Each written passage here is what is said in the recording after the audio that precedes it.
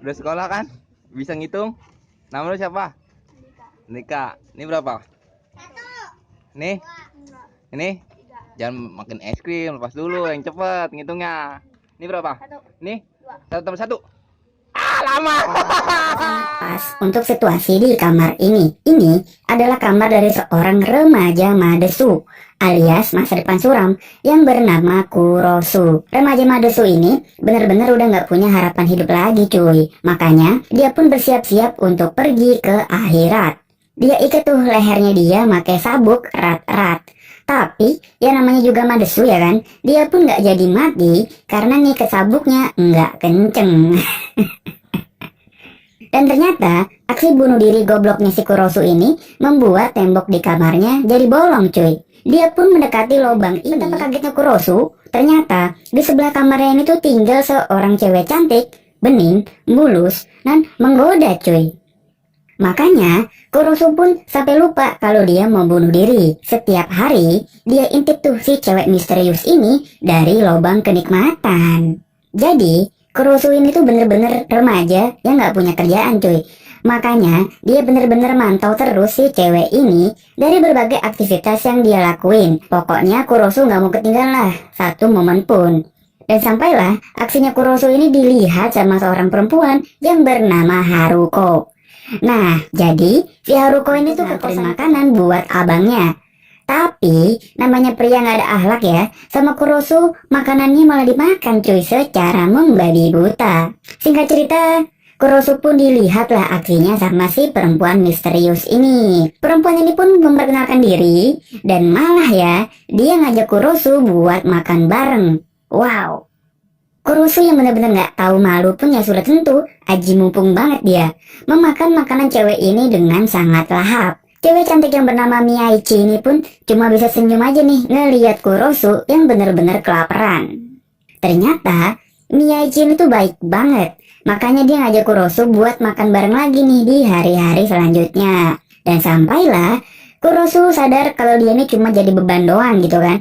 Makanya dia bilang nih ke si Miyaichi, apa nggak apa-apa kita makan bareng terus? Apa kamu nggak keberatan gitu kan ngasih makan aku yang cuma pengangguran dan nggak punya masa depan ini? Tapi, lagi-lagi, Miyaichi pun cuma merespon dengan tersenyum. Asli, gue gak bohong nih, senyumannya Miyaichi tuh, wah gak ada obat coy. Kurosu pun mulai gak enak hati nih buat ngintip Miyaichi dari lubang kamarnya. Dan tiba-tiba, Kurosu pun melihat Miyaichi membawa seorang mas-mas Jepang ke dalam kamarnya. Bukannya digenjot, mas-mas Jepang ini malah dibacok dengan brutal sama Miyaichi. Setelah membacok, Miyaichi pun merasakan kepuasan yang tiada tara. Kurosu pun kaget bukan main gitu kan melihat apa yang dilihatnya barusan. Apakah bener apa cuma ilusinya doang gitu kan. Dan belum sempat mencerna, tiba-tiba si Miyaichi ini datang di depan kamarnya membawa semangkok makanan. Wah gila. Apa jangan-jangan ini dagingnya mas-mas tadi cuy? Nah, di sini Miyaichi ngasih tahu nih alasan kenapa dia mau deket sama Kurosu. Bagi Miyaichi, deket sama Kurosu adalah sebuah keseimbangan. Maksudnya apa ya? Tonton terus ya, nanti bakal kejawab kok. Nah, setelah makan, Kurosu ini nggak sengaja ketemu lah sama bernama Tante Reina. Keesokan harinya, Miyaichi balik lagi nih menjadi wanita polos tanpa dosa dan menyapa Kurosu kayak biasanya aja gitu kan. Malahan ya, Miyaichi ngajak makan malam lagi cuy kayak biasanya. Nah, malamnya Kurosu lagi siap-siap nih buat makan malam. Tapi yang terjadi, dia lagi-lagi ngelihat Miyaichi lagi beraksi dengan menyembelih mas-mas Jepang dengan sangat brutal. Karena kaget, Kurosu pun berteriak sekenceng-kencengnya cuy. Miyaichi yang tahu dia diintip, langsung tuh dia sodok lubangnya Kurosu dengan cutter yang dia pegang. Gokil, ngebunuh orang cuma pakai cutter doang ya. Selanjutnya, Kurosu pun lari terbirit-birit nih karena dia yang bakal disembelih selanjutnya. Dia lari sekenceng-kencengnya kayak Subasa. Sampailah dia terpojok di sebuah gedung. Karena udah gak ada masa depan lagi ya, Kurosu pun memilih untuk menyerah dan pasrah. Suka-suka Miyaichi deh, mau digorok kek, mau diapain kek. Kurosu udah pasrah pokoknya cuy. Miyaichi pun langsung nempelin tuh cutternya di lehernya Kurosu. Dan dia memberikan satu permintaan terakhir. Dan di luar logika cuy, Kurosu malah meminta Miyaichi untuk menjadi pacarnya. Ajaibnya ya, Miyaji pun setuju sama Kurosu dan mereka pun berpacaran. Gokil. Bukannya berciuman ya, Miyaji malah menjilat darahnya Kurosu. Aduh, susah memang ya pacaran sama pembunuh cuy. Nah, pacaran sama pembunuh ternyata ada positifnya nih bagi kehidupan Kurosu. Dia yang ngerasa jadi beban, langsung gerak cepet mencari pekerjaan. Singkat cerita, dia pun keterima bekerja di sebuah supermarket. Dan ternyata Miyaji ini baru pertama kali pacaran cuy. Makanya Kurosu diajaklah ke kampusnya dan dipamerin tuh sama jomblo-jomblo di sana. Apalagi pas di kantin, ya ampun, gak ada obat sih asli Miyaji cuy. Senyumnya pakai kacamata gini gitu. Hari-hari selanjutnya ya, Miyaji dan Kurosu pun menghabiskan waktu bersama-sama. Ngapain? Ya membunuh dong. Kurosu diajak dan ngeliatin tuh gimana Miyaji menyembelih dan menggorok para korban sambil tertawa. Seakan-akan ini adalah hal yang menyenangkan gitu kan. Dan ajaibnya, kelakuan Miyaji ini tuh sama sekali tidak terendus dan terekspos di media Jepang. Hebat ya. Singkat cerita, sepulang kerja si Kurosu ini papasan lah sama abangnya Haruko yang sangat penyayang pada kucing. Dan keesokan harinya, dia nggak sengaja ketemu sama si Haruko nih yang lagi belanja buat abangnya tadi.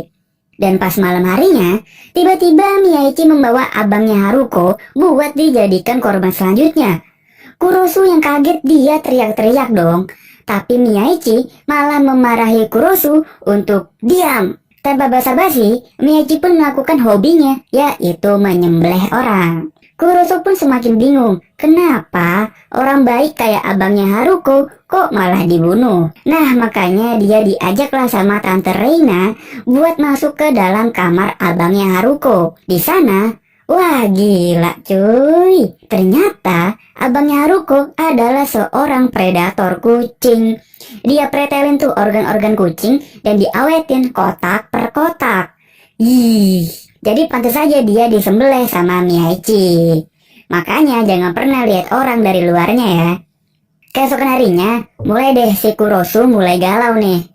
Karena bisa aja kan dia bakal dibunuh sama Miyaji gitu kan. Dan tiba-tiba Miyaji datang ke kamarnya dan langsung memeluk Kurosu dari belakang. Bukannya enak ya, Kurosu malah ketakutan. Ya walaupun Kurosu takut, tapi dia nih sayang sama Miyaji. Gimana ya? Singkat cerita, karena abangnya nggak ada kabar nih ya, makanya Haruko pun nanyain Kurosu ke mana abangnya. Awalnya Kurosu memberikan alasan, tapi karena udah sebulan menghilang, makanya Haruko meminta Kurosu untuk menemani dia mendobrak masuk ke kamar abangnya. Dan pas mereka masuk, betapa ajaibnya cuy, kamarnya ini udah bersih, kinclong, tanpa noda.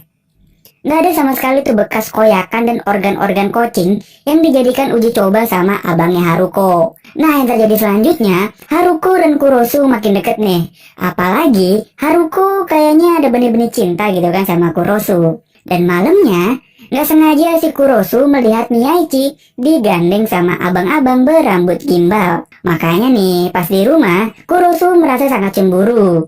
Dia aja cemburu, apalagi Miyaji gitu kan. Makanya dia ngambek, tapi tiba-tiba Kurosu pun memeluk Miyaji dari belakang. Gak seperti cewek-cewek yang langsung anget, Miyaji malah langsung menempelkan sumpit ke lehernya Kurosu. Nah, ternyata abang-abang gimbal itu adalah salah satu yakuza di sana. Jadi, mereka ini menuntut balas karena si Miyaji membunuh salah satu anggota mereka cuy. Tapi, bukannya membunuh Miyaji, mereka ini malah meminta dia buat bergabung menjadi anggota mereka. Ya sudah tentu, Miyaji menolak dong bergabung dengan mas-mas bertato lebah ini. Nah, makanya mereka pun mengancam akan membunuh Kurosu. Ternyata, hal ini membuat Miyaji jadi khawatir. Makanya, dia sampai nyamperin Kurosu di tempat kerjanya. Perhatian banget ya.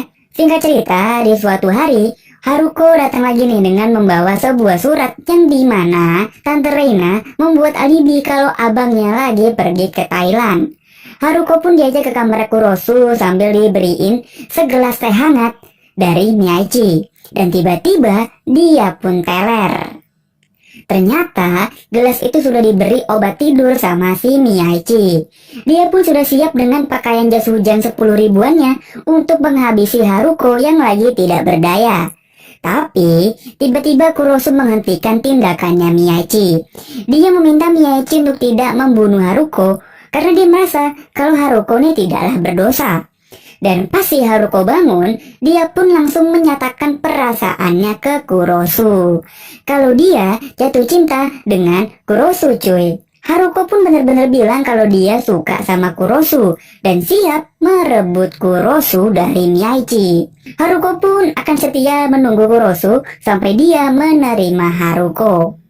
Nah, keesokan harinya, tiba-tiba Kurosu ini diculiklah sama Yakuza tadi dan dibawa ke markasnya cuy. Di sana, mas-mas Yakuza ini meminta Kurosu untuk membujuk Miyaichi supaya bergabung bersama mereka.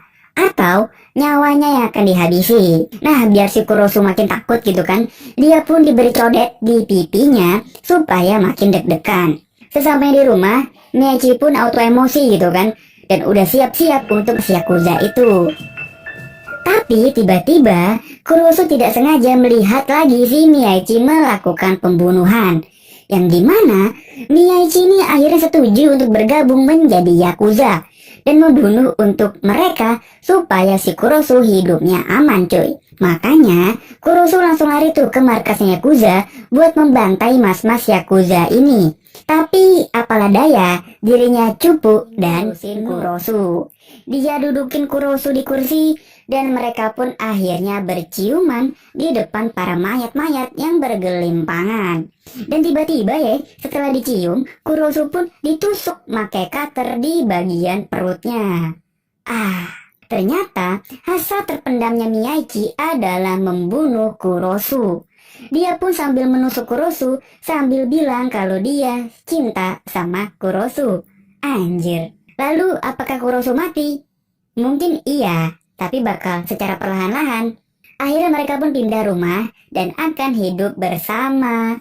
Inilah yang dimaksud Miyaichi di awal film tadi, bahwa hubungan mereka adalah sebuah keseimbangan. Miyaichi yang seorang pembunuh sadis mempunyai pacar seorang laki-laki beban dan masa depan suram. Tapi karena itu hubungan mereka saling melengkapi. Asik. Itu dia cuy film kita kali ini. Semoga kalian bisa mendapatkan makna positif dari film yang gue bahas. Kalau kalian suka konten seperti ini, silahkan subscribe. Tulis juga di kolom komentar. Mungkin kalian punya rekomendasi film menarik lainnya yang bakal gue review. Gue pamit dan bye-bye.